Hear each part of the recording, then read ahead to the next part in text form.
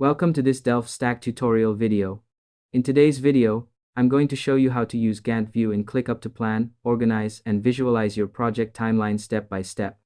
Whether you're managing a team project, tracking deadlines more clearly, or you simply want a better way to see how all your tasks fit together, this simple walkthrough will guide you through everything you need to know.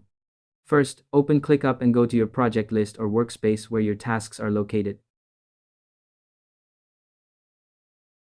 Once you're there, click on the View button at the top of your list. Under the Popular section, you should see the Gantt option, or you can simply search for Gantt in the View search bar. Make sure you follow along carefully here so you don't miss this important step.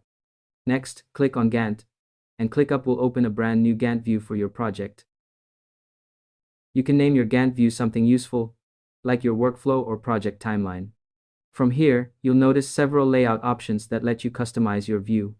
For example, you can toggle things like critical paths, timescale settings, and other visual controls depending on your needs. Don't worry, you can always come back and adjust these later. To make the process smoother, here are a few quick tips. Make sure your tasks already exist in your list, check that start and due dates are enabled, and confirm you have permission to edit views.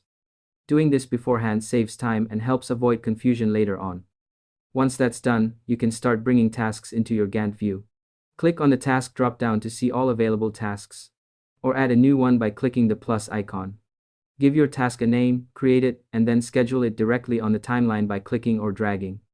You can also drag and drop tasks to adjust dates, create subtasks, and assign team members in just a few clicks.